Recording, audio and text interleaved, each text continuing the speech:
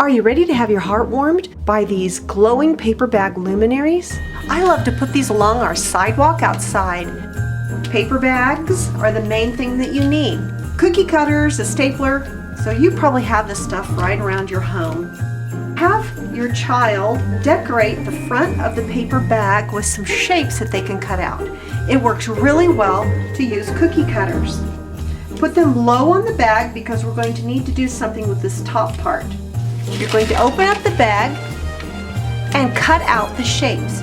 You may want to slip a piece of cardboard inside that's the same size as the paper bag so that the kids don't tend to cut both sides of the paper bag accidentally. So you just poke a hole in the center and cut out your shape. So I have both shapes cut out on one side of the bag. I like to slip a second paper bag, a white one, inside, and then it makes the cutouts glow. I'm going to fold down these top two edges together and staple them so that it stays together. That's all there is to it. Is that simple or is that simple?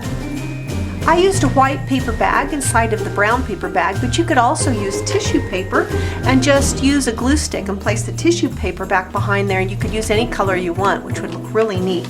I place a wooden block in the bottom of it. You can weight it down with rocks or other things that you may have. This keeps it from blowing away. And then I drop down inside a tea light.